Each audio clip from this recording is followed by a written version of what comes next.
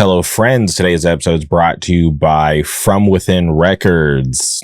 If you're not following From Within Records on social media, please go boot up X, go boot up Instagram, click that follow button to stay up to date on all the current news. And like I always say, please support From Within Records because they support us. If you're looking for high quality merch for your band or for your business, please hit up my friends over at Good Fortune Printing out of Wilkes-Barre, Pennsylvania. You can follow them on Instagram at Good Fortune Printing, or if you want to get in contact with them, please email them contact@goodfortuneprinting.com. You can thank me later. Before we get into today's guest, there's this VIP lanyard right here. I got it at the G Idol concert, which came about really random. I want to shout out my friend. I can't say his name publicly because he's like really private, but he's a really good K-pop homie. Like legit hooked it up. Linked up at KCON day 3 this year. Let me take it back before we get into the G Idol stuff so we can explain how we got there. Day 3 of KCON. I wasn't really feeling KCON this year, if I'm being honest. It was just not as fun as 2022. I feel like 2022, the bar was set so high, and each year it's just worse and worse. And I get it.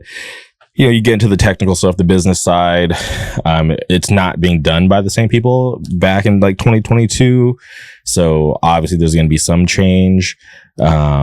But yeah, so this year wasn't my most favorite year. So, skipped day 1 because I was just so tired. And the only thing I really wanted to do on day 1 was see Kepler, but I've seen Kepler, and maybe I shouldn't be so like relaxed on missing them every year. Cause last year, day 2, I got kicked out of KCON because of my camera, and I ended up just selling my concert ticket. And same thing, main attraction on day 2 for me was Kepler. Obviously it was XG's first time performing, but I knew I was going to see them in the con the following day, so I wasn't too bummed about that. But wasn't having the best time this year, so skip day 1. Day 2 was okay. And then day 3, going into day 3, I was like, all right, I'm going to see Stacy at the KCON stage, and then I'm going to go home. I'm going to skip the rest of the con because Stacy KCON stage was like the first thing, right? They were going on early, which was really nice. And I was going to skip the concert at Crypto. I was just going to sell my ticket just because I wasn't feeling it. I was just like, this is going to be a long day, because like day 2, which was my first day, was a really long day, and I just didn't know if I wanted to go through it again. So I was like, all right, let me just make this whole weekend worth it by at least seeing Stacy, right? Stacy's like a top 3 group for me. So sure enough, show up, I see Stacy, and while I'm waiting for Stacy to hit the stage, I talked to this guy to the right of me. He was from Japan. Shout out all the Japanese homies, but he was from Japan. We made nice small talk, but I was like center barricade. So I was like, hey, I really have to use the restroom. Can you save my spot? And he's like, yeah, 100%. Like, do your thing. So went to the restroom, came back. And then there was like this new guy kind of nestled where I was, but I wasn't too pissed off about it because it was still really early. There was enough room for both of us. But as I got back to the barricade, I realized that the guy who had just showed up, like, we knew each other. He even looked at me. He was like, hey, you were sitting next to me at NMix. So I was just like instantly like, oh yeah, that was you. And we kind of, laughed about how like, holy shit, like K-pop just keeps bringing like us back together. But like, we never really were like friends. We never really talked. It was just like, oh cool. Like, how'd you get this front row seat at NMix? And I was like, oh, my good friend Lonnie hooked it up. And it's always interesting to talk to your neighbors when you have really good seats, because it's just like, oh, did you get it retail? Did you get it resale? But anyways, we kind of laughed because we remembered each other, and he had on because for the concert, right? Like we had the premium ticket, so we had the GA floor, but to get into the main concert, they did it in order of bracelets that were passed out earlier in the day, and people camp out for this, right? Like, I love K-pop, but there's no way I'm going to camp out multiple days just to get to the front of the general admission area. I don't care that much. But we were talking, and I noticed he had a bracelet, because when I went to the concert on day 2, I just walked in. I was literally watching UFC as they were letting people in, and I just didn't want to deal with the line because it was really hot. The sun was out, so I was just like, I'm going to sit in the shade, watch UFC, and then I'll go in after this chaos is all settled. And sure enough, I go in day 2. It was just like the previous year. I have a really good view. There's not that many people in general admission, so I was like, I don't understand why these people freak out. And also, they're like, they camp out for like a whole week. They get to the barricade, and then they're just stuck there. But for me, I show up, I can go on both sides, because KCON, it's like a really big stage, and the artist will perform on the A side, and then they'll turn around and perform on the B side, so everybody in the arena can kind of get their own like show time, if that makes sense. So for me, like, I like having personal space, and I like the fact that I can go back and forth and I get to see all the songs being performed, with a great view. Because, like, I'm telling you, the floors, the way they have it set up, it's not a huge floor space. So I'm just like, do your thing. It's not for me. But anyways, when I was talking to the homie, he was wearing one of those bracelets, because I didn't line up again. I didn't care that much, because I didn't even plan on going to the concert, but was wearing a bracelet. And I asked him, like, oh, like, what number did you get, just out of curiosity? And he showed me his bracelet, and he was like, I got number 1. And I'm like, what the hell? Like, how did you get number 1? And I can't put his business out there, but he got number 1. So I was like, that's crazy. So we watched Stacy. It was awesome. And then we went to the meet and greet stage to see Stacy again. And then he asked me, he's like, yo, like, what are your plans for the rest of the day? And I told him straight up, I'm like, I'm going to go home right now. And he's like, oh, before you leave, you want to go get Jollibee? And I'm like, all right, I can't turn down Jollibee. So we went to Jollibee, and he kind of expressed to me, he was like, yo, not going to lie, there's nothing I really want to do at the con. So, like, I'm just going to go sit and chill until the concert arrives. And he was like, I know you wanted to go home, but I could get you up front with us, like, if you're down to stay. And that was kind of enticing. I was like, okay, up front. And we talked about it, and the spot that he was going to position himself in was where the artists would enter the arena, right? Enter and exit the arena. And he was explaining to me, he's like, yo, he's like, this spot is way better than watching this show, because we're basically doing free high touches all night. So I was just like, I've never done this. I'm curious. Like, let's check it out. So sure enough, I stayed, and it was probably one of the best decisions I ever made, because I got to see every artist that performed that night, obviously. And I got so many cool videos.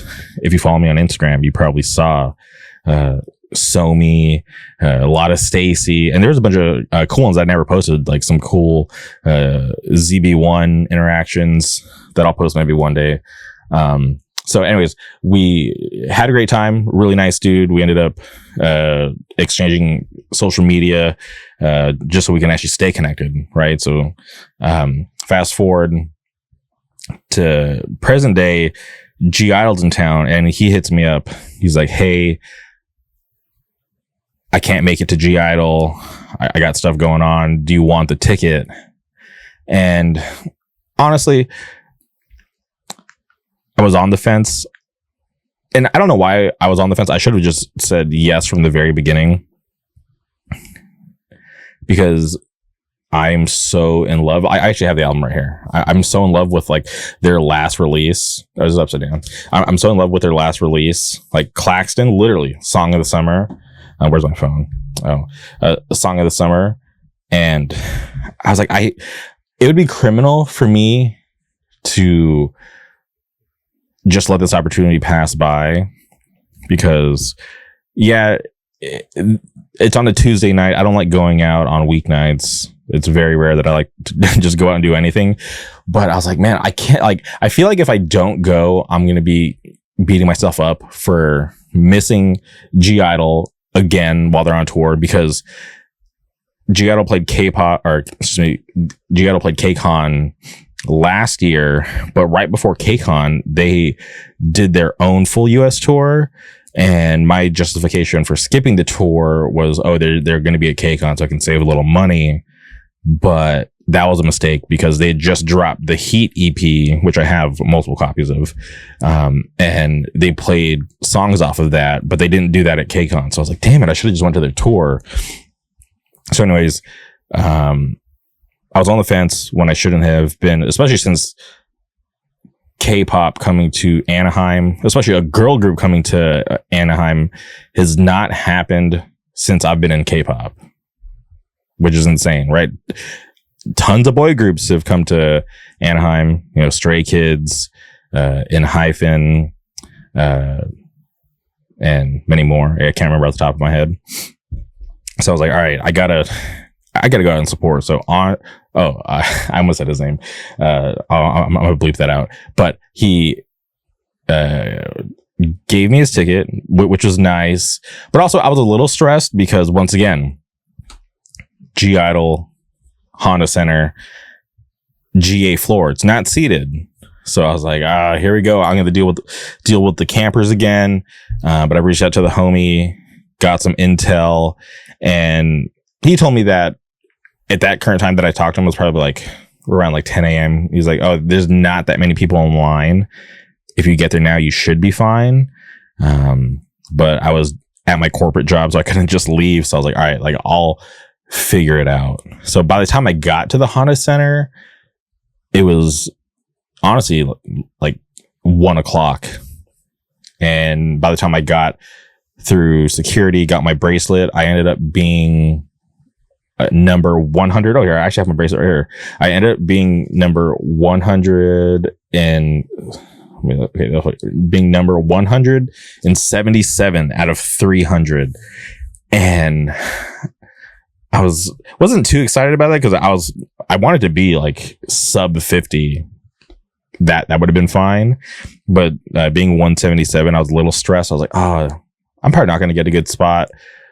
But I was like, whatever, I'll just enjoy the night. But while I was waiting in line, I ran into another K-pop homie. I can say his name. He doesn't care.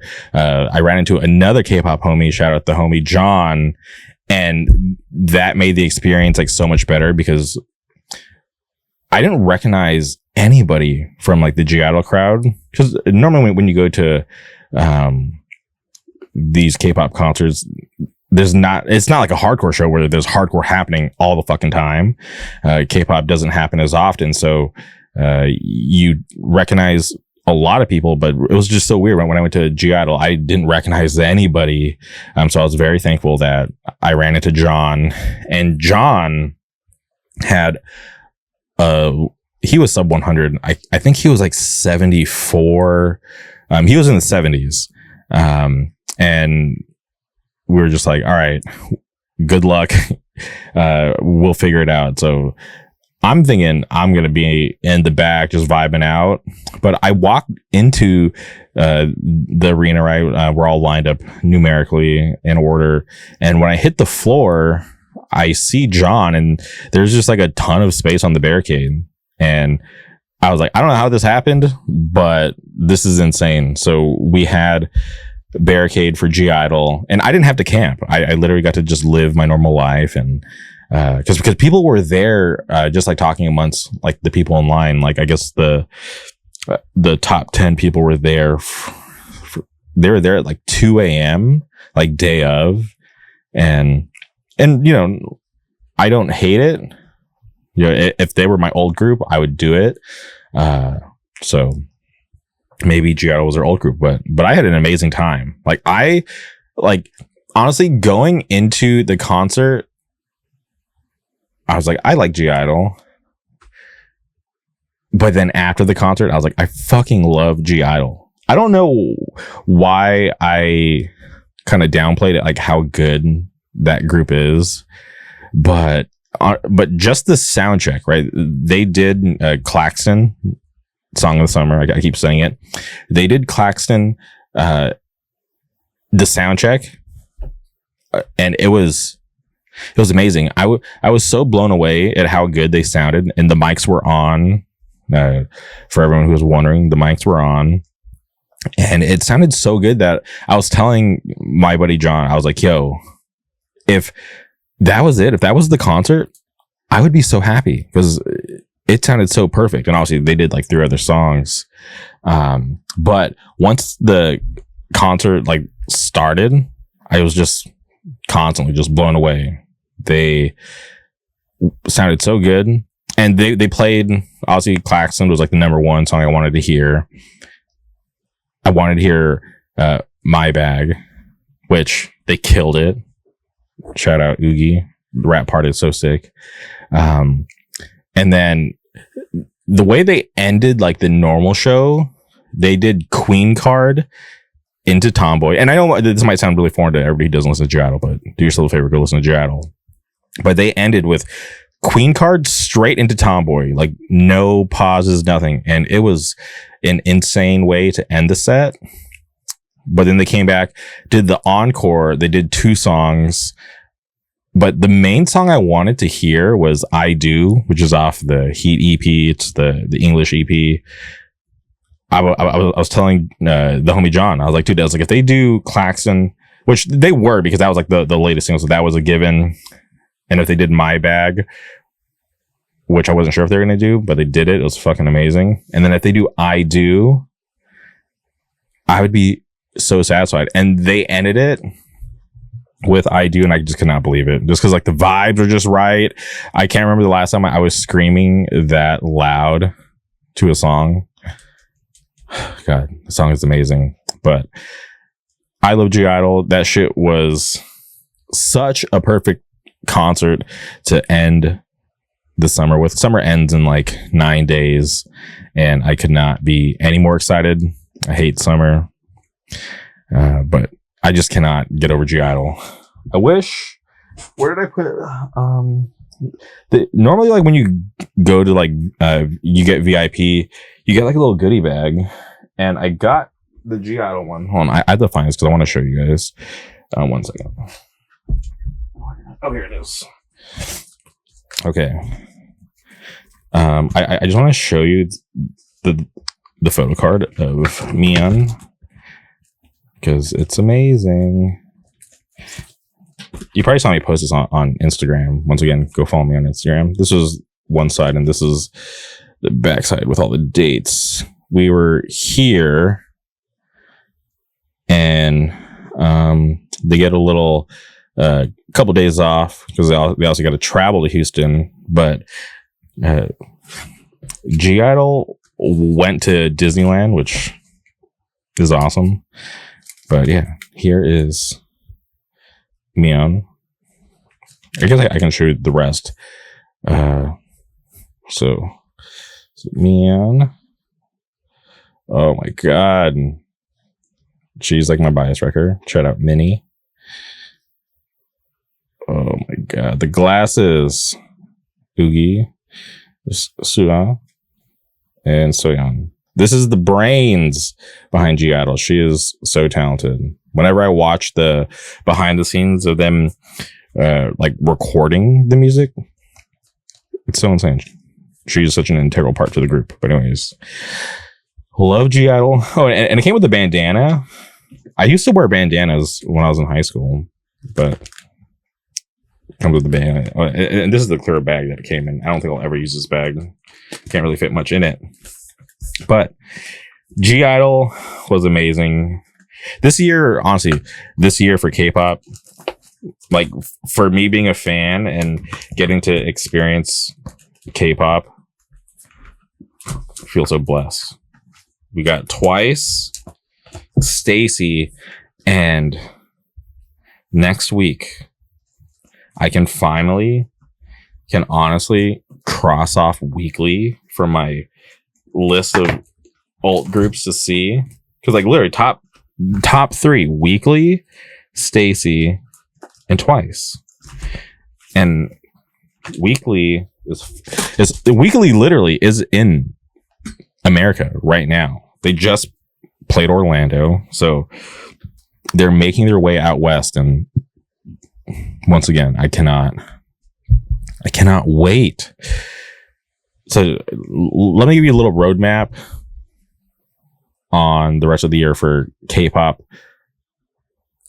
that I know. There could be more shows popping up, but I hope not. So Weekly next weekend, which is going to be amazing. And then late October, I fly to Korea. I land in Korea and then straight to see 50/50 in concert, right? Day 1, 50/50 in concert, which I could not have planned any better. And then my last night of Korea, like, okay, let me back up a little bit. 50/50 is going to be at an award show, so I don't know if I can consider that my first K-pop concert in Korea, because the last night I'm in Korea, Kiss of Life is starting their world tour in Korea, and then they're going to fly over to the States, which I will see them again here in Anaheim. They're playing the House of Blues. Insane. They could play the Honda Center. I will argue that they sold out. I think they sold out the whole American leg of the tour. They could do the Honda Center. They're that big. But anyways, we're going to end with Kiss of Life in Korea. Then we fly back home. First weekend of November, Young Posse is in town. And I cannot wait. Young Posse is so good. For anyone who is not tapped in or who don't get it, figure it out, because Young Posse is amazing. And that's all I know for now. aespa's here this weekend, but I'm curious if it's even going to happen, right? Because they're playing that crazy concert. And I remember I got an email, Cat's Eye had a drop, but 60%, or no, it was 40% off tickets. And then I got another email, 60% off. And then I got another email, 80% off. You're talking about they're selling like VIP floor tickets for like $400+, and now we're getting emails like, hey, those same tickets are 80% off right now. And I'd be surprised if aespa even shows up. I hope they're paying them a lot of money, because this is such a bad look. The lineup is trash. And yeah, the people, the promoters who are putting it on just need to hang it up. That's all I got to say. Like, I get it. Like, K-pop's like a really hot market. You probably want to do like really cool shit with the genre, but I don't think it's working for them. And when you have a bad reputation, when you have to cancel events, or when you can't deliver on lineups that you literally advertise on a flyer, it's not a good look. You lose trust, and it's hard to gain that trust back. So I don't know. Maybe I'll end up in Long Beach on Sunday to see aespa. I can't be there on Saturday because I will be filming an awesome show in Pomona. Shout out Division 1 Records. But yeah, I love K-pop, and I hope all of you enjoyed as much as I do. But on today's episode, we had to track down our good friend Bayway from New Jersey. I love Bayway. And honestly, going into the podcast, it's like, all right, you know, I've done this so many times, but talking to Jay, he just brings the energy. He just got me fired up, and I just really enjoyed our conversation. You know, he talked about some deep topics, and I truly appreciate him just opening up on the podcast. It means a lot to me. But it was really fun. I fucking love Bayway. Love talking to Jay. I feel like I could talk to him forever, and he makes it easy because he loves talking. And it's just good vibes. So Bayway's always welcome on the podcast. But today, they just released a new single titled Currency, which is on the next drop that they're about to release, which is insane. They just constantly are putting out good music, which I cannot complain. But hit pause right now. Go boot up your Spotify, Apple Music, Tidal, Bandcamp, whatever, and go stream the new Bayway track, and then come back here and listen to Jay and I talk about what life has been like for him since the last time he was on the podcast. It's been a fun ride for him. It was really awesome for me to be able to hear everything that's gone on. And I'm very much looking forward to seeing Bayway live for the first time at FYA. It's going to be a good time. But please, strap in, enjoy this conversation. Without further ado, welcome Bayway to the show.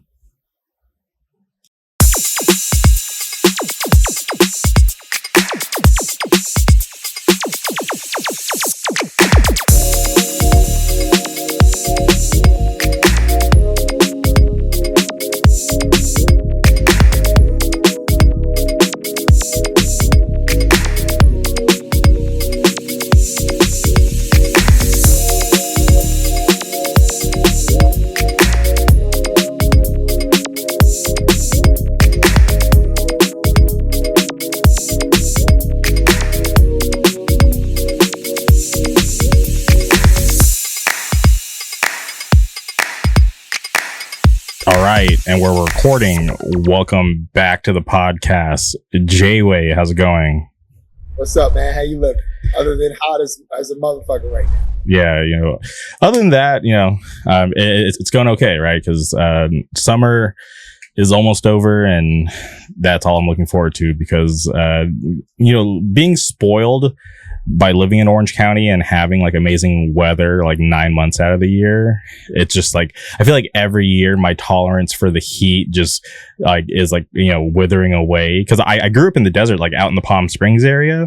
So you know, for the first like 21 years of my life, I was, you know, okay with dealing with 100+ degree weather all summer. Because out there, it's like, you know, the sun's down, it's like 10 p.m. and it's still like 100+ degrees. But after living out here in Orange County for, it's going to be like 15 years this year, I just like don't have a tolerance for it anymore.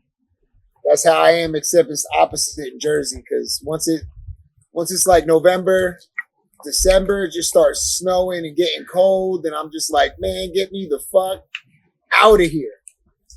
I love the season changes, don't get me wrong. Okay. But, bro, I lived in Florida for like 7 years, and I swear to God, the shit thinned out my blood because I came back and I used to be rugged in the snow, like flip-flops and shorts and tank tops and shit. Now I'm like bundled the fuck up, crazy, but I used to be heavy set. Now I lost a lot of weight, so I think that got something to do with it too. Yeah, there's not a lot of that body fat sticking around to keep you warm. Yeah, exactly. I guess I got to eat more motherfucking tacos. I'm trying, baby. Man, you know, I'm really bummed because Bayway was just in California, but I was in Pennsylvania like the weekend you guys were here. So when because I already had this trip booked before that tour got announced, and I was looking at the dates and I was like, this is not going to work with my schedule. Like, and I'm bummed because I would have loved to have seen you guys, you know, play at that venue, the Haven in Pomona, which is like a pretty sick venue. It's like small, has like a lot of history. So yeah, I just wanted to just mention that because I think that was one of my favorite shows of the tour as well. Like just being in Pomona, like downtown Pomona area, okay. and like the whole street vendor scene that they got down there, and like the community aspect of that spot is crazy. Like it was just a good time, bro. People just partying in the street, and like the show was crazy. But yeah, that was one of the better shows of the tour for sure. So it was a good time. But to be fair, I mean, the tour really got announced like last minute. It was like we got put on that tour, I think like maybe 2 weeks before it happened. Okay. So it was like one of those situations where you didn't really have a whole lot of time to prepare for it. Yeah, and I'm that's not a lot of time for people to get prepared. So you guys were just ready and willing to fly across the country again to California.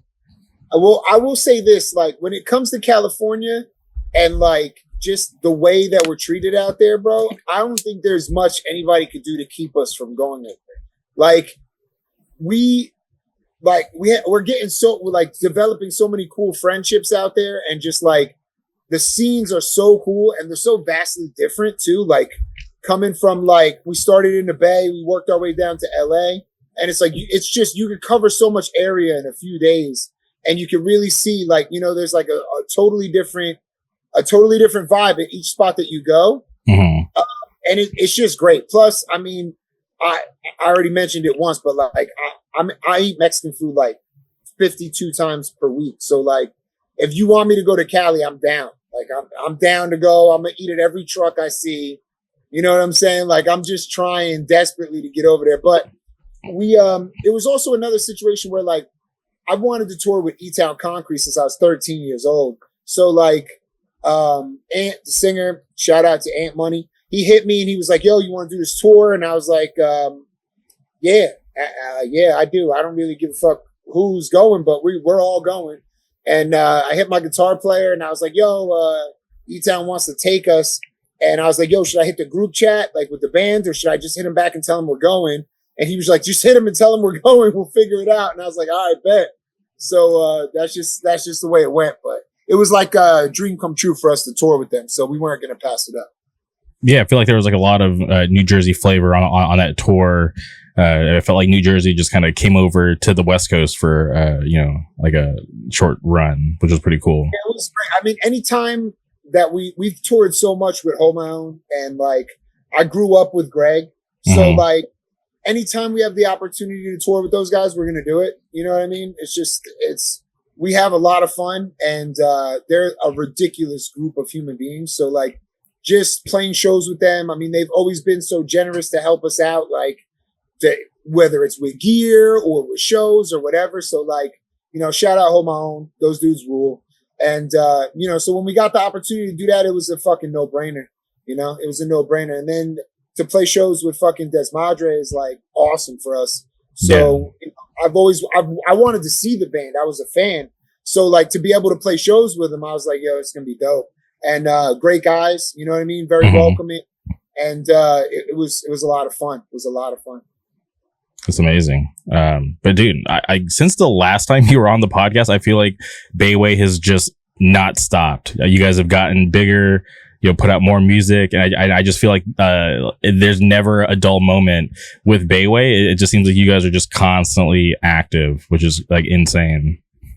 Yeah, the thing is we're having a lot of fun. Like, and I think that's one of the situations where like we love writing music. Like we've been writing music together for so many years, like especially the lineup that just went out to Cali, which I had my boy Diego playing bass for us. We've been in bands together for like 20 plus years, like the friendship, the hardcore friend. Like I met those dudes when they were 15 and I was 17. So like, it's just a long period in time where we've like, we all grew up in hardcore together. So we're really having a blast. So it's like when it comes down to like writing music and like doing that kind of shit, it flows so easily and so seamlessly that it's just like, fuck it, man. Let's just keep putting out more shit. Let's play all these fun shows. Let's take these cool opportunities. And like, we're just grateful. We're just grateful. You know what I'm saying? We did this for a long time. And And, you know, people love Bayway, and it's just like, fuck yeah.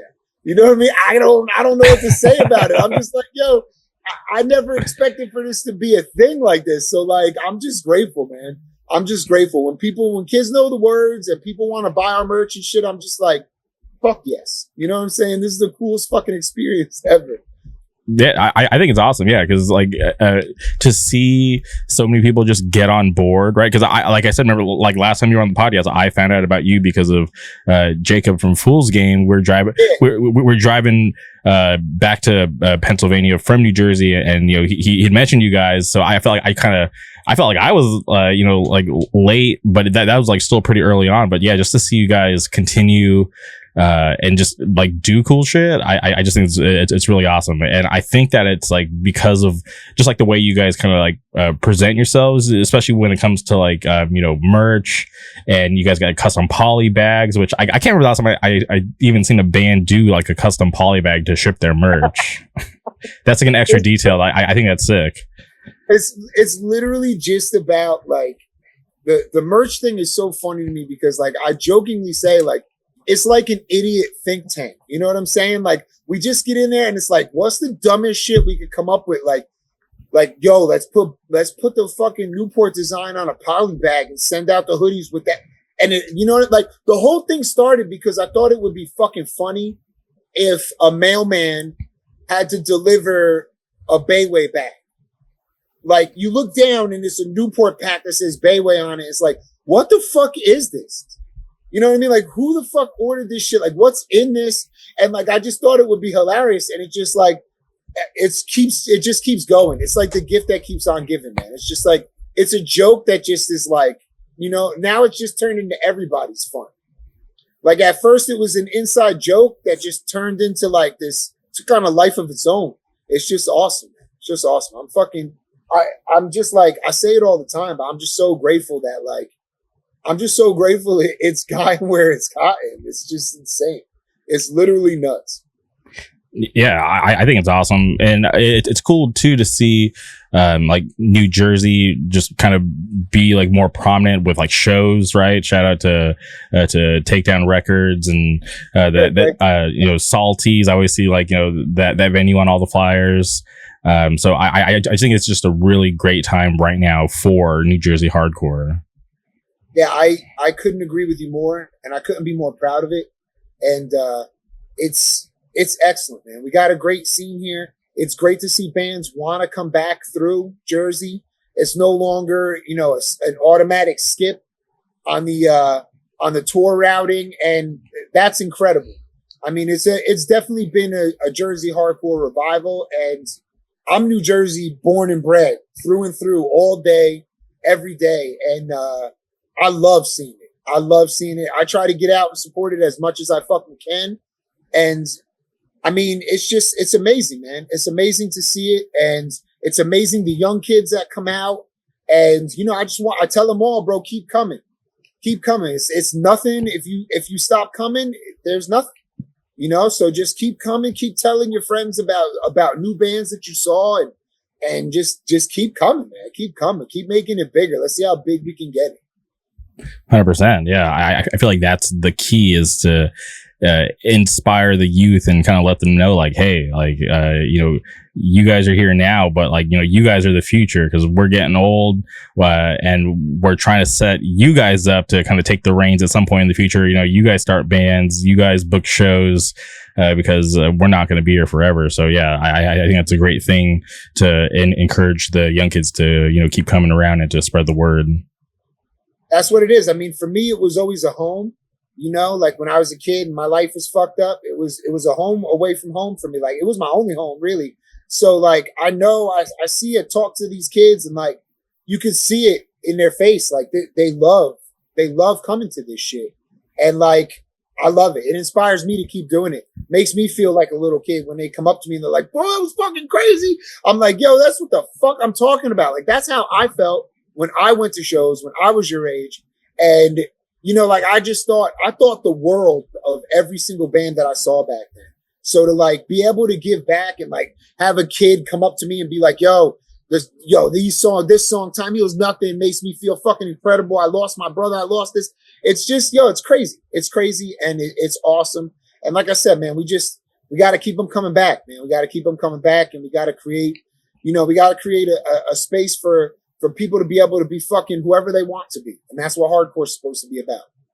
100%. Yeah. Because way back when I found my way into hardcore, I was accepted, right? I was just some young kid trying to find his place, find his way, try to make some friends. And, here I am, geez, like 20 plus years later. And yeah, made some cool friends. Hardcore's honestly been like the main reason why I've traveled in my life. So, right. Yeah, that's the thing I always say too, is like hardcore is one of those things where like perfect case in point, right? Like I played in this death metal band. We went on a tour, and I hit up these guys like on Facebook, like through like hardcore, right? Like I just hit them up like, yo, like I see you fuck with this band or whatever. I fuck with this band. And like I got all my gear. They provided gear for me because it's like, it's hardcore. Like if you fuck with hardcore, you can make friends with anybody on the planet who fucks with hardcore. Like you guys recognize each other immediately. You know what I'm saying? Like we stick out like a sore thumb. You know what I'm saying? Like you see us and you're like, oh, that motherfucker over there. Like you can bond over your favorite band being the same band. That'll be a lifelong friendship. And that's 100%. what's cool about it. That's what's cool about it. And there's no borders to it. There's no borders to it.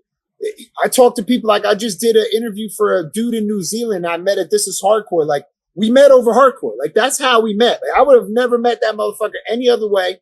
I'm not going to New Zealand unless hardcore provides me that opportunity. Okay. You know what I'm like? It's crazy. It's crazy. And to think that that's even a possibility for me at this particular point in my life, bro, is insane.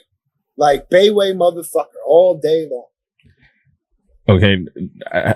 There's a new thing going on right now. That there's these kids in Tijuana that are, kind of working really hard trying to get bands from the States to go over. And I went to one of their shows. I got to go see Broken Vow and Ankle Biter play at their spot in Tijuana, and it was awesome. So I'm trying to encourage every band that I talk to, like, hey, next time you come to California, try to carve out a date to go to Tijuana, because it's right next to San Diego. You can walk over. It's super convenient, and the promoters, they go out of their way to make it an easy thing for bands coming over. I would love to. I got absolutely no doubt in my mind that the shit will go crazy over there. No doubt in my mind. I know I'm going to have a good time. So I'm always into that. And my bass player was saying the same shit though. When we were in San Diego, he's like, yo, close to Mexico. We got time? And we didn't have time, but like, I'm down. Like, I would love to do that shit. Put those motherfuckers in touch with me, please. Okay, yeah, for sure. I will straight up carve out that time. Okay, awesome. No, I'll have them reach out, and then you can get some Mexican food in Mexico. It's really good. Right, a lifelong dream for me. Okay, awesome. Okay, want to take it back a couple months. You guys had a release back in May. Word is Bond. If you can remember, obviously, Bayway was, still rising. People knew about Bayway, but I felt like that release was just really awesome. If you can remember, what was it like when that record finally came out? For me, anytime we release new music, it's very like anxiety driven for me. Like, you know what I'm saying? I'm just like, because when you're creating art for yourself, and you're the only one listening to it, it's like you're pumped. You know what I'm saying? Like I felt so good about that record. I was like, fuck, I love this song. Like I had so many like different parts that were my favorite. And then like I sent it to Lumpy and he was like, yo, this song's the song. And I would send it to my friends. They'd be like, that song's the song, So it was just like, fuck, man, like how are people going to receive this, And when we dropped, we put out Bayway Anthem first, and it was like, the reception was crazy. Like just like right off the bat, it was crazy. And we ended up like, we had gotten on a show with Drain through Takedown, and we were shooting a video for Bayway Anthem that night. And like the reception was insane. We were like one of the first bands to play on the show. Mad motherfuckers came out early, and like we shot a video. Like think Scott Vogel's in the video. You know, it's like, what the fuck is life? You know what I'm saying? Like, I was just like, I was vibing. So yeah, when that shit came out, it was crazy. Like, it was just crazy. We had worked really, really hard on it. And to be honest with you, we sat on that record. We had Word is Bond was done when World of Bayway Volume 2 came out. Oh wow. So that full length dropped, and Word is Bond had already been done. I think it was called the Black and Mild EP at the time, and we wound up changing it to Word is Bond because like I had like a whole '90s like hip hop vibe going on. Like I should release my playlist because it was dope. It was so fucking hard. But yeah, so Word is Bond, like it came together, and it was just like. The songs flowed so easy. Like, it was so easy to write it. And I remember, like, Bayway Anthem was one of the songs where I didn't have any lyrics to it at all going into it. And I kind of just, like, I pressed record and, like, just did Bayway Anthem. And I was like, I listened back to it. I was like, yo, this shit is wild. Like, and I kind of felt like, I didn't feel like it was the strongest song on the record, to be honest with you. And then when I played it for Lumpy, he's like, that's the first song. And I was like, really? Bayway Anthem? And it was, you know, but the rest is history because the shit came out. People really fucked with it. And, you know, I was blown away. I was blown away by the reception of it. It was crazy. We did like a single a month and released the whole record over time. And it was just like, it was a whole concept that I like put together. I wanted to maintain like a certain level of like relevancy for the band. I wanted it to grow a certain way. And, you know, it was just like, everything was really purposeful and done the way that like I really wanted it to get done. And even the release dates were like very specific to like certain things that I wanted. And shout out to Lumpy. He's like the easiest to work with, man. Working with Days is like really, it's so simple and so easy. It's just like, if your idea is dope, he's like, sure. You know, like, it's like, you don't have to sell him on shit. He's just like, absolutely, bro, I'll do it. Yeah, that sounds cool. You know, like I call him, he's on his treadmill and we just get it going. We get the vibes right.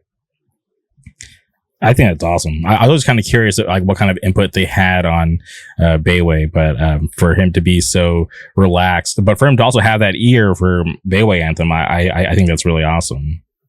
Yeah, you know what? It's always cool when you send shit to him because he never gives you the reaction that you think you're going to get, like, or that, you know what I mean? Like what your perception of something is, he's going to hit you with some, like, he hits you with like specific parts in the song that like he vibes with. Like he'll point out a specific riff or like a specific shit talk part or like, you know what I mean? Like shit that just pops him. So it's always cool to like, run your shit by him and see what he thinks about it.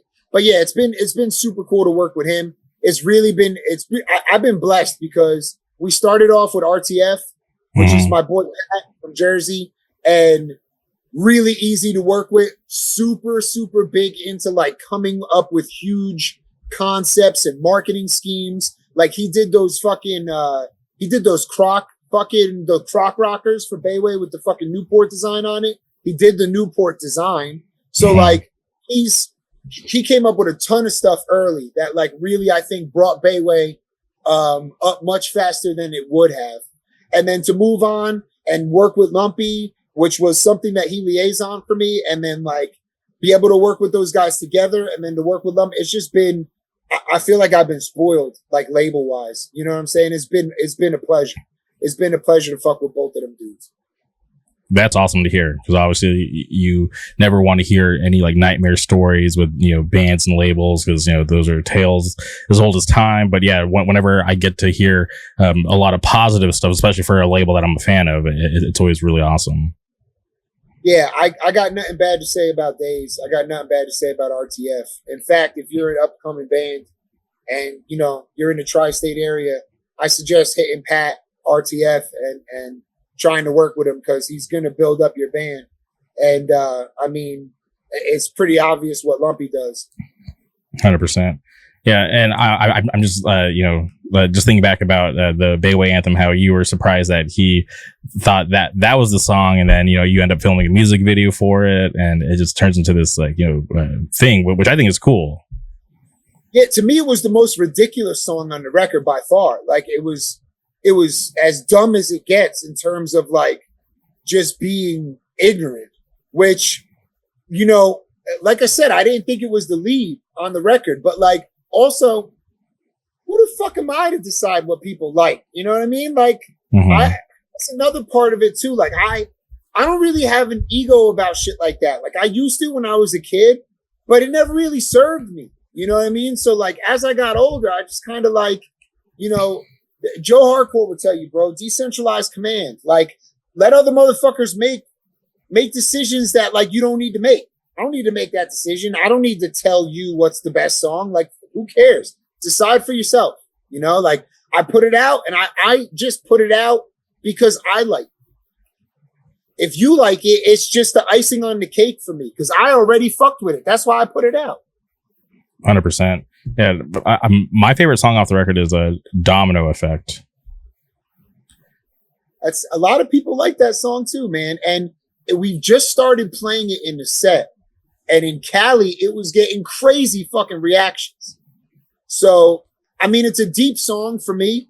So, like, a lot of the stuff that I talk about in that song, for me, is like it's almost difficult to talk about. Like Domino Effect and Namesake for Word Is Bond were like very deep songs for me. You know what I mean? Like the content is very deep. It's not just like shit talky, having fun Bayway shit. It's like, it's definitely one of our deeper cuts. So like Domino Effect, for me, the story behind it is the reason I called it the Domino Effect is because my brother was hit and killed by a Domino's delivery drive.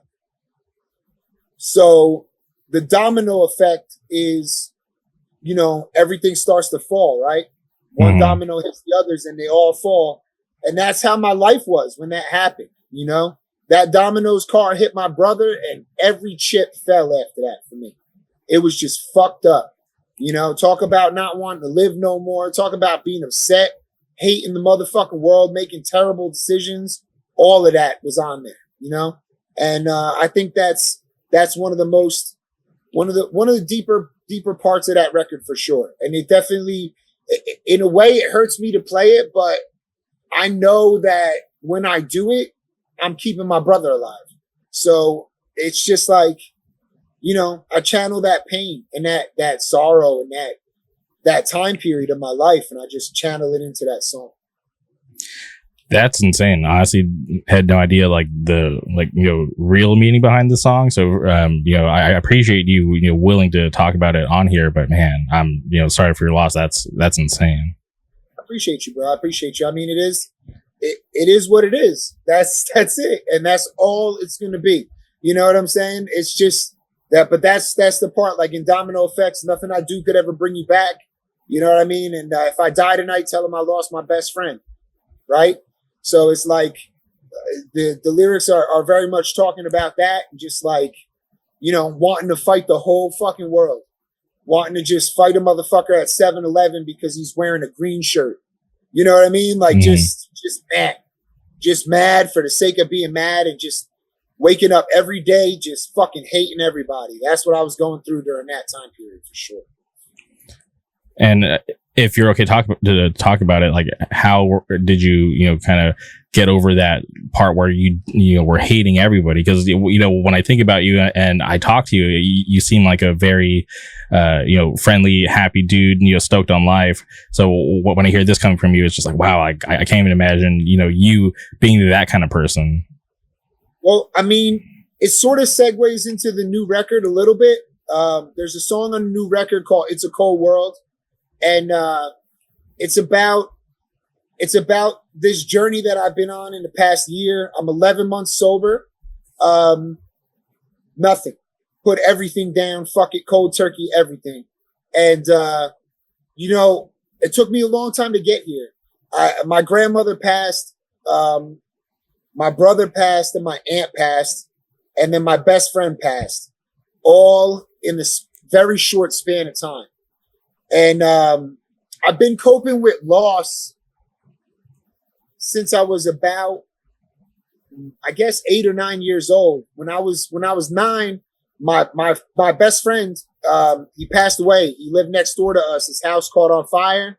He was trying to save his little sister, and they both died. And I remember the night, like I got the call, and they died. I mean, next door, like on the grass. You know what I mean? My grandfather was a firefighter. It was fucked up. And I remember going to that funeral. I remember what it felt like. I remember the way everything smelled.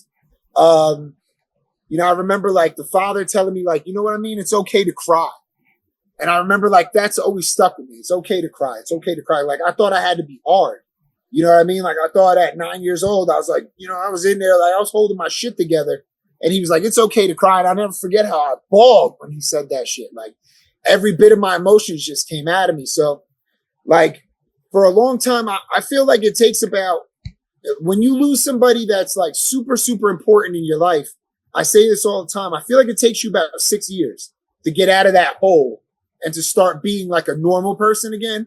And like, I define normal loosely, but like it takes about 6 years to like get out of it. So like when my brother passed, I just kind of like went into isolation, you know, like I spent a lot of time just like listening to music and just being by myself, being very sad, just hating life.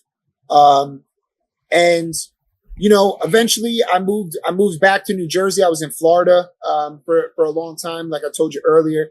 And you know, I came back to New Jersey. I started hanging out with my friends, and we started making music again. And I started to have like purpose in life. I had a daughter, you know what I mean? Me and my wife really like started to work on our relationship. And you know, but for years, bro, I just did drugs. I just got fucked up. Like it was just what it was. Like I was running from the feelings that I never addressed. And that's what I did to cope. A lot of drinking, you know what I mean? A lot of just getting fucked up. And I missed out on a large portion of my life, you know, acting like that, being stupid. And, you know, when COVID happened, my grandfather passed, and he was like my father. And I spent a long time with this guy. And when he passed, I just decided I was going to lose weight. I was going to do push-ups. I was going to like get whatever I had to do to get my body into better shape, so I didn't wind up like him, because he was bedridden. Like his legs was gone for like 7 years. So I never wanted that to be my reality. So I started to really work out and get into health. And after that, I decided to be sober, really work on my relationships with people. And you know, it's taken a long time, but like I did a lot of work, man. I did a lot of work. I read a lot of books. I went to therapy. I talked to people. I got over like egotistical styles of thinking and the bullshit. I got away from motherfuckers that got bad attitudes, that grabbed in a bucket mentality, motherfucker. I don't have no time for that bullshit. Mm-hmm. If that's the life you're trying to live, bro, that's good. I don't hate you or nothing, but like do the shit. I can't even show you on the screen. If you over here, do the shit over way over here. Leave me out of it. I'm good. But that's what it was, man. It was a lot of work during COVID, a lot of like really like processing my feelings, my emotion, my childhood, how I grew up, what life was like for me, and really actually feeling it instead of just getting fucked up and not thinking about it and being in like this weird shame spiral.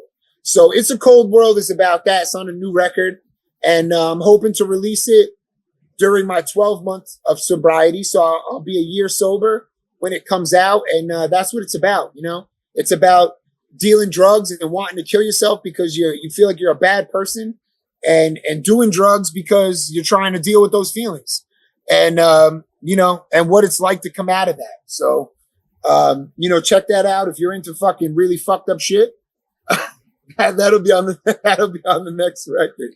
So I apologize in advance for the long spiel, but I had to give you the full story. No, I appreciate it. I'm sure people are going to be, you know, inspired and, kind of, feel more personal, you know, towards your lyrics, because damn, like that's a lot to go through. And like I said, I can't imagine what you were like before the way you are now. Cause just like in my mind, it's just like Bayway is just a nice guy, friendly, loves to talk, you know, like I get like a sense of like positivity from you. So when I hear you talking about, you know, these dark times in your life, which, a lot of us go through that kind of stuff, but I'm just very happy that, you're the person you are today, right? Like you're able to, put in that hard work and, do a lot to, make your life better. Yeah. I mean, it wasn't easy. But like I said, man, I got a daughter and I got a wife and I love both of them girls a lot. So it was worth it. It was worth it. Okay. Well, damn. Like I said, that's crazy, and sorry for all your loss. Like for me, it's so weird to me because and it's not like I want my family to die. I love my family, but I've only lost my grandma. And this was like back when I was like in like high school, like it was like 2003. But since then, everybody in my family just, still been around, thank God. But it's just like, yeah, losing people you love, it's never an easy time. Yeah. I think even with loss, sometimes it doesn't need to be defined as a death. There's like the loss of a best friend. There's the loss of a girlfriend. There's the loss of, the loss of just like overall happiness to a depression. You know what I mean? Like there's so many things in your life that you cherish, that you love. Mm-hmm. And I'm sure you've lost something like that has made you just fucking hurt. You know what I mean? Unfortunately for me, I felt like for many years there was a black cloud over my head.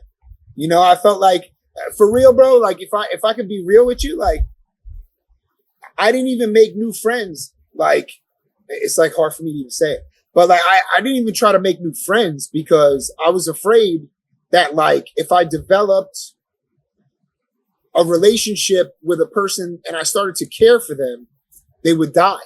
Like that was my mentality because it was just happening to me so much. And, you start to feel cursed. And I felt that way.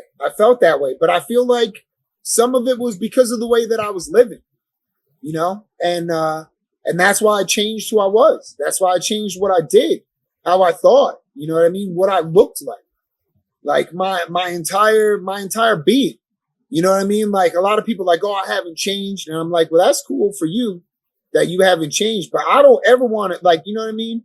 I'm trying to shed my past skin. I'm trying to be something better every day. Like every single day, I try to get a little bit better, whatever that may look like or be. I'm trying to learn. I'm trying to be better than I was yesterday.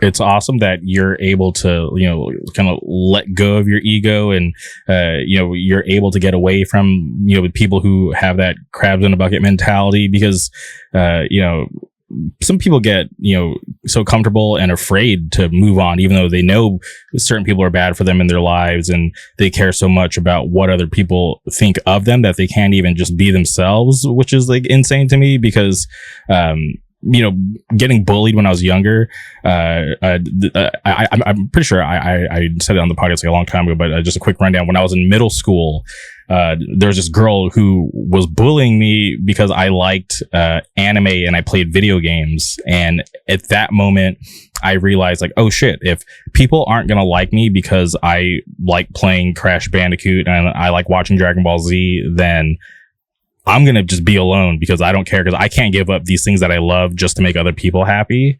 So, obviously it wasn't fun in the moment, but I felt like it was such a great thing to have happened to me because it kind of opened my eyes really early on in life that, people, not everybody's going to like you for you, and that's okay. Might not be, fun, all the time, but, you just got to stay true to who yourself, and somewhere down the road, you'll find your people.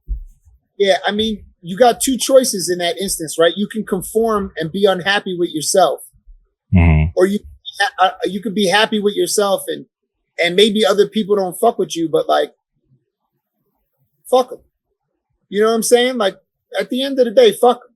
Like it's one of those situations where like, you just gotta live, like you gotta live your life for you. You gotta be who you are, like, and being unapologetically you is literally like, at a certain point, I think I just figured out in my life, like, or I just found out, I don't even know when it happened to me, but like, you're the only you. So like, it's a fucking superpower to be yourself. Like, what am I going to do? Like, I'm going to pretend that I'm not like a greasy Italian dude from New Jersey.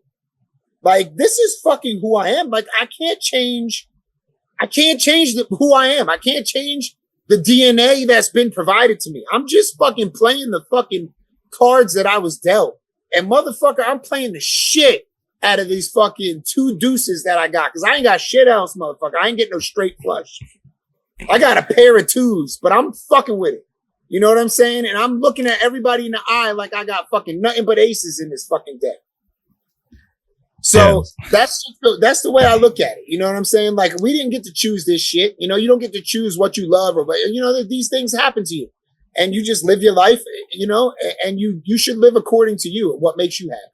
And that's at a certain point in my life, man, you know, I think I gave up, and I just was so unhappy with who I was and what I was doing that, like, really, I no longer had the option of acting.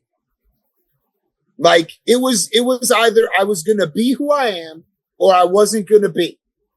And in that moment, I just decided that it was over for me. Like, this bullshit is over. I'm not going to fucking eat every feeling. I'm not going to do every fucking drug. I'm not going to drink myself, you know, stupid. I'm not doing it. And, it's, you know, like, it's been 11 months of sobriety for me. And in the 11 months of sobriety, like, I've been able to do basically the coolest shit ever with Bayway. My life has gotten better tremendously. You know what I'm saying? I've been able to, like, I started a studio. I'm recording bands. Like, I'm recording Bulldoze next week, bro. Like, my life is crazy right now. Like, it's fucking crazy. Like, if you would have told me this shit was going to happen to me when I was 13, I'd have looked at you and said, you're a motherfucking liar. I appreciate you, but shut the fuck up. That's so awesome. Okay. And I want to get to the studio, but, you mentioned, you know, 11 months, you know, of sobriety. So, October will be the 1 year. October is my 1 year. That is awesome. It's been a journey, man. It's been a journey. And I got to be honest with you. Like, I thought it was going to be much harder than it was. Okay. Like, the first time I went to a show and I didn't drink at the show, I was like, yo, I really enjoyed myself. I remember everything that happened. I remember the conversations that happened. And the next day, it just felt like, instead of like, you know, trying to figure out how I was going to get fucked up, I was like, yo, how do I promote Bayway? Yo, how do I get a studio going? How do I get this little kid who just came up on stage with me and knew every single motherfucking word to my songs? How do I get his band shows? How do I get more people to come to these shows? How do I get people to come together and stop hating everybody and stop hating each other? How do I get people to stop being competitive? How do I create unity? And, you know, in doing all those things, it's been nothing but like blessings, just constant blessings. Just like the universe pulling me in every direction that I've ever wanted to go, and like great new friendships. Like, dude, like, you know, like the Rolodex of motherfuckers that I call if I have like a question about what to do is insane. Like, if I told motherfuckers who I was calling when like my shit, like, bro, you know what I'm saying? Like, shit has hit the fan and I really need to understand, like, how do I book a tour? What should I be doing with Bayway? Like, what's the best way to go about the guys that are in my life, like OGing me and mentoring me? It's crazy. Absolutely crazy. And I respect the fuck out of all of them. And, you know, it's insane, man. It's insane. And I really do. I owe a lot of it to sobriety. I really do, because it just, the clarity is second to none. It's insane. It's insane what you can do when you are not all fogged up and cloudy. And it's awesome that you were able to just put all your time and energy into, this positive thing, right? It's for the scene. It wasn't, obviously, for Bayway, but then you're looking at other bands and other people. You're trying to do good for, more than just yourself, which I think is awesome. Bayway is a New Jersey thing, right? Like, it's a New Jersey thing. And for me, New Jersey is it's where I live. It's what I love. The New Jersey hardcore scene is what gave me all the friends that I have to this day, gave me my wife. So, like, to me, it's everything. And, like, a lot of people say that, but, like, to me, it's fucking everything. Like, I love it. Every aspect of it. And I want to see it succeed. And it's really, honestly, like, one of my main focuses. It's, like, really the only thing I fucking care about. Like, I want to see it. I want to see kids be able to have what I had when I was a kid, like a place, an outlet. Mm-hmm. That's what I want. And it's been great because that's really what it's turning into here. People are really, really, really putting their best effort into making it a beautiful thing. And I fuck with it heavily. Okay. And, you mentioned, song off the new record. You have a song that will be out by the time this drops. At what point did you decide that you wanted to even put out another record this year? Because obviously Word of Bond did really well a couple of months ago, but here we are just a couple months later, and it's like, all right, here's more new music, which I'm not complaining about, but I'm just curious about the thought process from you guys. I totally understand, and I appreciate the question because it gives me the platform to really talk about it. But it's like, with this band, like, when we started writing, we wrote so many songs in the beginning. And the mentality was to write for the demo, right? Because you always hear this, like, yo, I really like the demo. Mm-hmm. Like, this was good, but, like, I really like the demo. Well, the secret might be out, but, like, all of this shit, it's all the demo. Because we never stopped writing. We never stopped. We didn't stop writing. That's the thing. Like, Bayway does not stop writing. I am constantly channeling, I'm constantly channeling the life that I've lived and my experience creatively. And I just feel like, what's the point? Like, what am I going to do? I'm going to sit on it. And then what? Like, for what? You know what I mean? Who cares? Like, we could wait till May, I guess, to release another record and blah, blah, blah. But, like, who cares? Why? You know what I mean? Like, what's the fucking point? Like, we got dope music coming out. We got more music in the tank. Like, I'm not going to sit here and lie to you and tell you we don't have, like, 2 songs for the next record already, because we do. You know what I mean? And so we're only a couple songs away from the next record, which I already have a concept for, and I already know when it's going to release. I just got to clear the date with Lumpy. But at the end of the day, like, the reason that we do it like this is because we just never stopped writing, and to be able to channel our experience and to be able to write together, that's what we love to do. And we're having a lot of fun doing it. So why not, bro? Let's just keep hitting motherfuckers with new Bayway.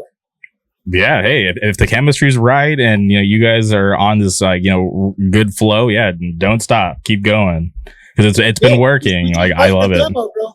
We're just writing the demo, like, you know what I mean. We literally never stopped. We started at the end of 2022 writing music, and we have not stopped since. The only time we don't get a chance to write is when we're on the road, or we're just playing so many shows that we just don't even get a chance to practice. But if we get to practice, if we are in the room together and rehearsal, Chris and Dave are going to write a riff. If I'm here, like, after we get off this podcast, like, my studio, this black wall that you're seeing behind you, my studio's behind it. Okay. So as soon as we're done talking, I'm going to go play guitar. That's just what I'm going to do. And I'm going to do it for like an hour and a half. And I do it every time I feel inspired to do so. And if I sit down and play guitar, I'm going to write 5 or 6 songs. 4 of them are going to be bad, but I'm going to write 6. You know what I'm saying? For sure. And there's gonna be some good shit in there. There has to be. There has to be. Yeah, I love it. No, it's been fun because like this is me speaking as like a fan of the band. It's just like, when I think, like, okay, like Jay's coming on the podcast because, like, we talked about this weeks ago. I didn't even know there was new music coming out. I found out about new music because of your post, and I'm like, oh shit, this is oddly great timing. But yeah, it's for me, it's fun. Like, just to be able to obviously follow you on social media, follow the band, and just like kind of see things progressing. It's just so cool because it's just like I don't know what to expect, so I'm just here for it. Yeah, you know what? And I think that's part of the fun, right? Is that like. It's like, I'm really just enjoying the fuck out of every part of it. Like when I cut a promo on Instagram, like I'm just having like, after I press record and it stops recording, I'm laughing my balls off, bro. Like I'm having a blast. Like I'm just an idiot. So like, you're really just getting just like this version of me that I laugh at as soon as I'm done. Cause to me, it's just fucking hilarious. Like I'm having so much fun. Like, I cut an infomercial today on the t-shirts. I was sending out some t-shirts or whatever. And like, it's just like, it's Jersey Italian humor to just, BaywayNJ.com, BaywayNJ.com is like, my father, when I spent time with him would call that being a jerk off. You know what I mean? Like you're so fucking jerked off. You're a jerked off piece of shit is what you really are. And it's just, you're just being an asshole, but it's just fun, man. It's just so much fun. And I love every aspect of Bayway. Like, you know what I mean? I'm like making sauce on social media. You know what I mean? I'm like cutting a promo, doing chicken cutlets. Like, that's who I am, bro. That's what I do. Like, you know what I mean? Like, you're just getting a look into my kitchen of me being a fucking moron on a Saturday. It's awesome. I enjoyed the content. Thank you, bro. I appreciate it. I will continue to be an idiot in front of you via the camera. I promise. It will never stop. Thank you. And you mentioned studio. Can you talk about how? Because you mentioned you're going to be recording Bulldoze. That is insane. That sounds crazy. Can you think about a legendary band like Bulldoze? But can you talk about what it's been like to kind of be like in that role for bands? Yeah, like, I started recording probably about 15 years ago. I was like recording on like tapes and like, whatever I could record on, whatever. We didn't have a lot of money, so we figured out ways to make recordings and acquire certain pieces of recording equipment. But it's always been like a passion, but like it was more of like me just doing it for fun or recording my own bands.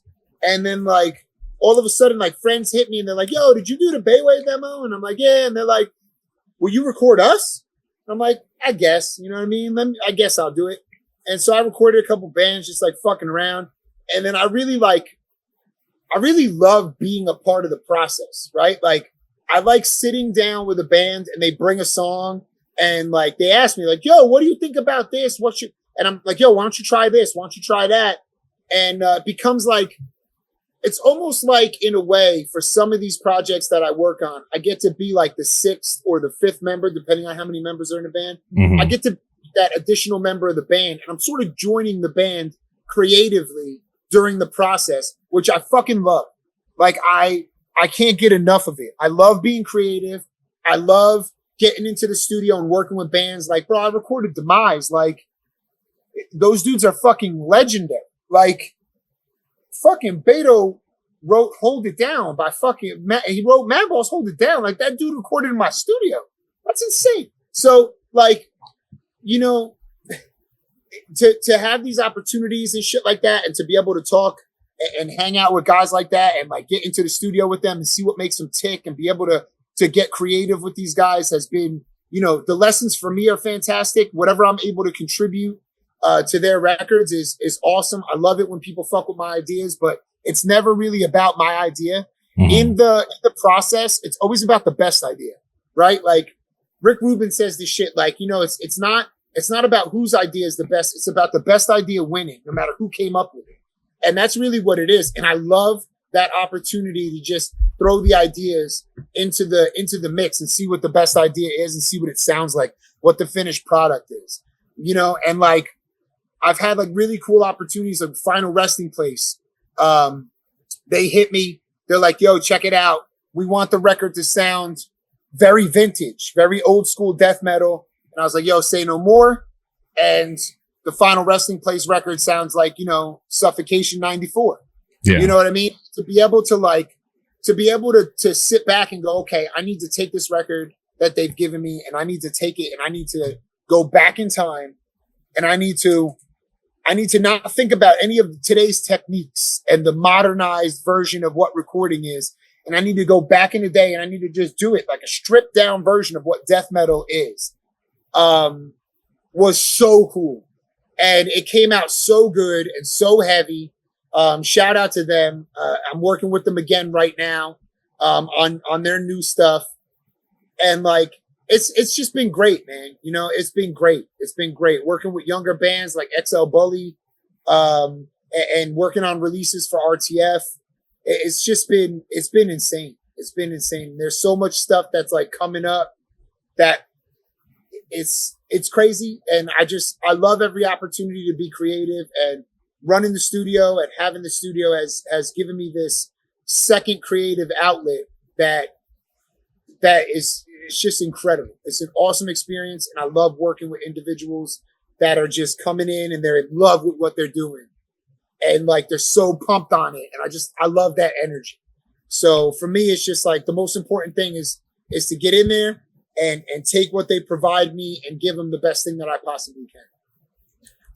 Yeah. It's sick to, you know that people like respect your skills to want to go work with you, right? Because there's like, there's other options out there. So for people to hear what you've done and be like, yo, like we want to work with him, and then also to, you know, ask for your, creative input. I think it's really sick. It's a humbling experience to just to record for anyone to put that kind of trust in you. And that's why I always post, you know, thank you for the trust, because to me, that's what it is. Like, you're putting your faith in me for something that you are super emotional and connected to. And I know what that means. That's why I record my own shit, because I really, really, really am invested in what I'm doing, you know? And so if you're coming to me and you're saying, bro, here's this thing that I love, that I've worked on endlessly, and now it's in your hands, please do what you want with it. That's crazy. You know what I mean? So thank you to everybody that's recorded with me. Anybody that's thinking about recording with me, hit me up at Bayway Studios. I'm booked through like the middle of October, but let's create something. Let's create something. If you're watching this and you want to do something, long distance shit is fine. I'm working with a band out of the UK. Send me your stems and I'll send you back something crazy. I promise. Wow. Worldwide. That's crazy. Yeah, you know what I'm saying? I'm trying to get international over here. You know what I'm saying? Yeah, the UK. That is so sick. Yeah. Yeah, I mean, but right, it's what I talked about earlier, right? It's like, it's hardcore. Right? Like when you're in the hardcore, bro, there's no borders, there's no boundaries. So it's just like, you recognize it within each other, whether it's hardcore, whether it's metal, whether it's death metal. You know, I came up fucking with all of this shit, and like, those connections are different. They're different. You know, when you talk to somebody and you know that you guys are into the same shit, it's a quick friendship, fast friends. 100%. Yeah. Honestly, like whenever I see people wearing camo out in the streets, first thing I'm like, is that a hardcore kid? Yeah, right. Like, yeah. I bet you for any amount of money that motherfucker there two-step. That's so funny. Okay. So future plans for Bayway as far as like getting out places, is there any plans to do any kind of runs that you can speak about, or are you guys just trying to keep it local for now? Right now we're working on some stuff for 2025. Okay. You know, some really cool shit. It's not finalized yet, so I won't talk about it. But we're doing FYA. We're doing Keystone Jam And we got a show with Tsunami for Joe Hardcore, Philly Hardcore show. Shout out them at the Unitarian Church. So that's going to be crazy. And yeah, I know I'm forgetting shit. There's a big CD release show that's going to get announced for November. Well, it's not a CD release show. I guess it's a tape release show because that's what we're doing is a tape release. But there's a release show for November that's going to get released. The lineup on that is fucking crazy. It'll be Bayway. It'll be Takedown. So Dylan and Greg will be cooking that shit up. So as soon as that gets released, I have an idea who the lineup is, but it's Greg. So the lineup is forever changing until it is solidified. I ain't saying shit. You know what I'm saying? I'm not saying shit. But yeah, so there's a couple big things happening, and then 2025 is looking like it's going to be pretty busy. That's awesome. And you mentioned FYA. Are you excited to get back to Florida?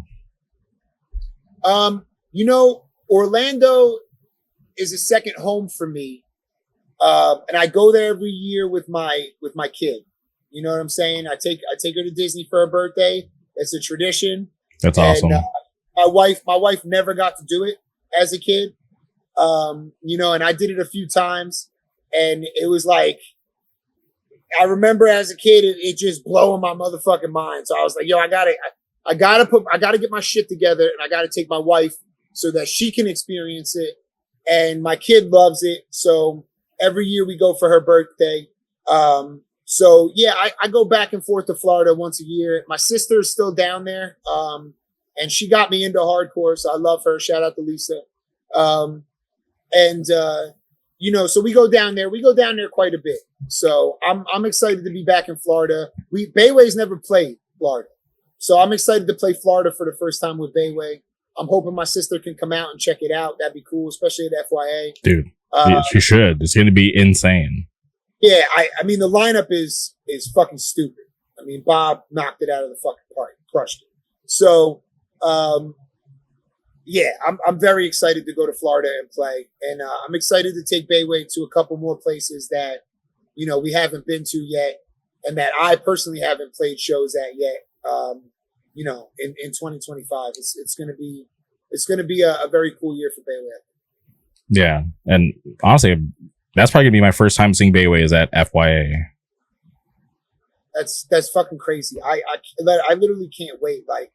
I'm not gonna lie. Like there's oftentimes I lay down and I just envision, I envision what like being on stage at a fest and playing, and I just I love it, man. When we got on stage at This Is Hardcore, the energy was crazy, and I was fighting for my fucking life by the end of our set, bro. Motherfuckers was trampling me, doing flips off of me and shit. I was fighting for my life, so I loved it. I loved it.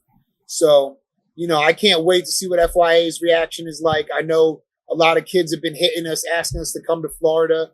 So I'm hoping to see a lot of new friends, a lot of old friends, and enjoy the fuck out of myself.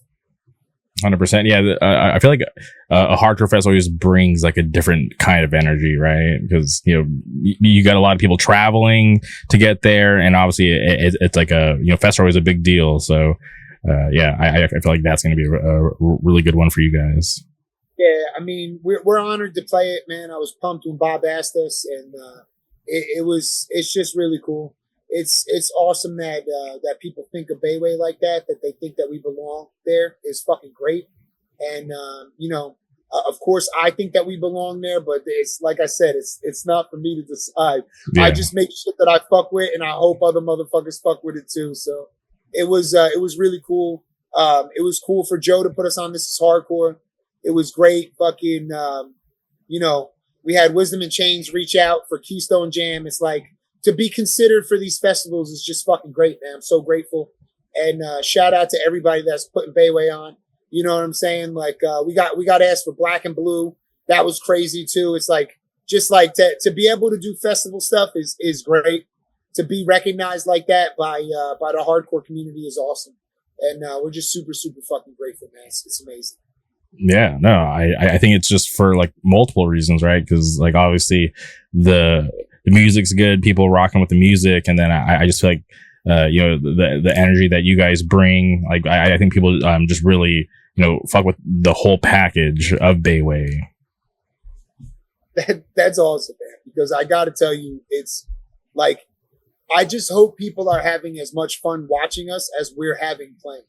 Because we get off stage and it's just like all of us are just like, fuck yeah, that was the fucking greatest fucking, like, as soon as we're done playing, I think it's immediately starts the we need to get back on stage again, can't wait to get back on stage and play again mentality. Like we love it. We love what we're doing. We love playing and we love the reactions and all of this shit, like people singing the words. So it's just like, it's very fulfilling and, we love what we're doing. So like I said, like I just hope people are having as much fun as we are because, man, we're having a fucking blast. We're having a blast up there. Okay, and I just want to ask you about Disney because I love Disney, and you mentioned you go every year for your daughter's birthday. When you go, are you a fan of the theme park, or are you there because it's for your daughter? I would love to sit here and lie to you and act like I'm like some hard, tough guy. You know what I mean? Like, no, I don't fuck with Disney. Bro, I'm goofy as fuck, bro. Of course I fuck with Disney. Like, I was so pumped because this is the first year that my daughter did Space Mountain and Haunted Mansion. Okay. So, like, it was a huge year for us, bro. Like, it was a huge year. Like, truth be told, I got off stage in LA. Like, it was like, yo, thank you, we're Bayway. And I got into an Uber. I took a red eye directly to Orlando from LA. And as soon as I woke up on the plane, I took an Uber from the plane. I took an Uber from Orlando Airport to whatchamacallit, to Hollywood Studios. And we hit Hollywood Studios first. And then we went right to Magic Kingdom right after. And then the day after that, we went to Magic Kingdom again for Mickey's Not So Scary. And yeah, I love it, bro. I love the park. It's fucking awesome. It's the best fucking place. My kid loves it. And like now that she's getting older and she's like really trying to like ride some of the other rides, like we ain't just teacupping no more. Okay. It's dope. It's dope. Like she did Space Mountain like a pro, bro. Like a fucking pro. I posted the picture on my Instagram of us on Haunted Mansion. And she was, it was so much fun. And we love the parks, bro. We love the parks. Okay, so that's insane that you literally got off stage and had that journey to Florida. That's insane because you're literally on like you traveling to the other side of the country. But okay, I'm just curious because I love Disney. It's honestly the reason why I live in Anaheim was because I wanted to move closer to Disneyland because I used to live in the Palm Springs area, like the city called La Quinta, which is not too far from here. It's about like 2 hours away. But I literally live down the street from Disneyland. I could get there on like city streets in like 10 minutes. That's awesome. But you said you started at Hollywood Studios. Is like Tower of Terror, is that still too crazy for we didn't do Tower of Terror, but she's interested in it. So I feel like next year we will. Okay. She just turned 12. So like she's just starting to get brave. That's awesome. Man. Yep. Yeah, Disney's so cool. I haven't been to Disney World, and God, it has to have been like it's been 4 years. Yeah, because last time I went to Disney World was in 2020, which was like during COVID, and I went.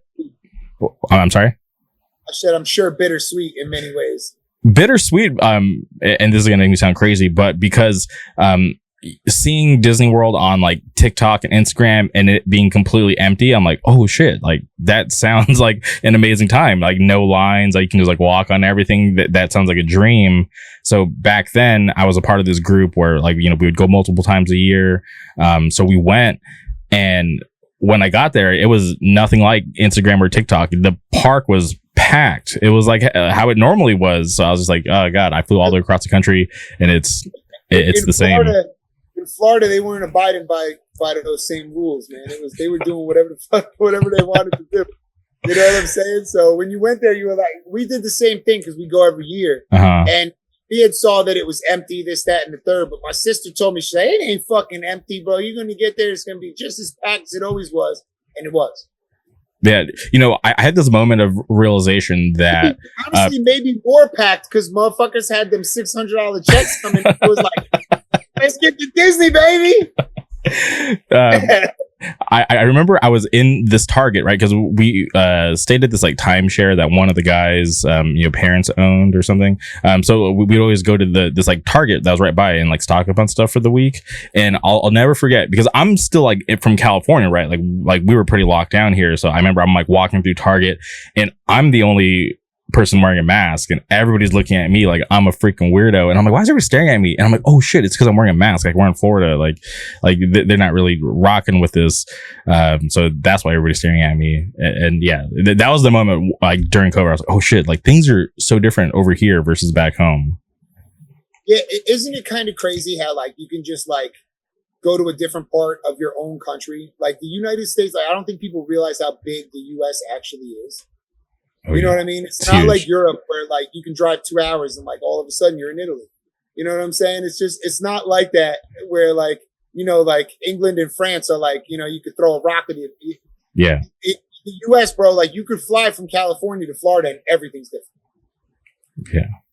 It's just crazy. Like that. The US is so incredibly big and so incredibly different and like vast in culture and like, experience. It's just crazy. I've learned that being on tour, just like going through different spots and like how incredibly different it is, even though it's all under the same umbrella. Yeah, I'll never forget driving out of Texas to like go back to California, and it's just like 3 hours in, and it's like shit, we're still in Texas. This is insane. I want to get out of here. Yeah, I've done that drive too, and that initial drive to Texas, like out of Southern Cali into Texas, bro, there's fucking nothing for hours. Yeah. It was crazy. I remember it being like 5 hours before we got to like civilization. Okay. Have you guys played Texas before, Bayway? I never played Texas with Bayway, but I did it with other bands in the past. Okay. We got Texas. I have friends, all over Texas, but I have like friends, in like South Texas. They like to say like real South Texas because they're like right on the border of like, Mexico and Texas. And they have a problem of getting bands going down there because it's so far south. So yeah, maybe if that interests Bayway as well, maybe go to real South Texas. Dude, I think the furthest, I don't know. Yeah, I think we played in San Antonio. So we got down there pretty far. But yeah, we when I did it, but that was like, I guess that was like, I can't remember exactly when that was. But yeah, Bayway's down, man. But if we're gonna do Texas, we'll probably book like 6 or 7 shows and just conquer the state because it's a big fucking state. Yeah, it's huge. Yeah, so we'll probably just fly as far south as we fucking can and work our way back north. That I'm sure they would be happy because they're like one of those scenes where it's just like when a band comes through, they know to roll out because it's just like not everybody's going to want to travel this far south. So we played with my old band. We played out there. It was a Tuesday night, and it was like 250 kids. That's awesome. It was crazy. I was like, "What is going on?" And they're like, "Yo, motherfuckers, come to everything out here." I was like, "Okay." Yeah, that's sick. That's going to want to make people, roll out and want to play shows in your area. So, like, yeah, I think they understand that, and that's why they roll out. Yeah, we're definitely down. I mean, Bayway is always down. Like, if you are thinking about booking Bayway, hit us because chances are, if the timing is right, we'll come. We will roll through. Yeah, because you guys will bring the party, because I feel like everybody knows, like, all right, like Bayway's coming to town. All right, it's gonna be a good time. We got to roll out. It's gonna be ridiculous for sure. I promise you that. I can't guarantee what's gonna happen, but I know it will be ridiculous. Okay, all right. Well, and have you ever been to Disneyland? Since you like Disney, I'm just curious. Nah, I never been over there yet, but me and my wife are talking about doing it next year for our daughter's birthday. So probably next year. From what I hear, and you could probably tell me if this is true. Okay. All the parks are closer together, so you can like walk from park to park, right? Dude, we only have 2 parks. That's crazy. See, like in Florida, bro, you gotta take a motherfucking Uber from park to park. Yeah, no, I'm literally like, yeah, it's like Disneyland's here and Disney's California Adventure is like here. And like there's like a they call it like the Esplanade, which is like the center of like both parks, and that's where you buy like tickets. That's where you like meet your friends before you go into the park. So yeah, it's all like once you park, that's it. Like you can go between both parks like no problem walking. Yeah, I'm gonna do that next year for sure. Yeah, I'll hit you before I go so I get all the inside information. For sure. Yeah, no, I'll give you all the info. And also, yeah, and it's way smaller compared to Magic Kingdom, but it's still awesome. Yeah, it doesn't matter. It's going to be fucking great. Plus, I love fucking just being in Cali, so it's going to be dope. Okay. Well, this has been awesome. Jay, I feel like I could talk to you forever, but I really appreciate your time. I'm very happy to hear about new Bayway coming very soon. I'll actually be out by the time this is out. But before we sign off, is there anything else you would like to say? Oh man, I appreciate you having me on. I mean, it's our second time talking, so I can't imagine it's going to be our last. So I look forward to the next time we get to stare at each other via computer screen. And hopefully we get the opportunity to meet in person and actually really bullshit. And I'm sure I'll fucking talk your ear off. I got the gift of gab, baby. I got it as much as you need. I got it. But yeah, no, I really appreciate you having me on, man. Thank you so much for just supporting Bayway and being around since the beginning. Put me on, give me a platform. Means the fucking world to me. Means the world to the band. And it really ain't much left to say other than Bayway, motherfucker. All right. Well, thank you, Jay. Thank you, everybody, for tuning in. We appreciate your time, and we'll be back soon. Goodbye.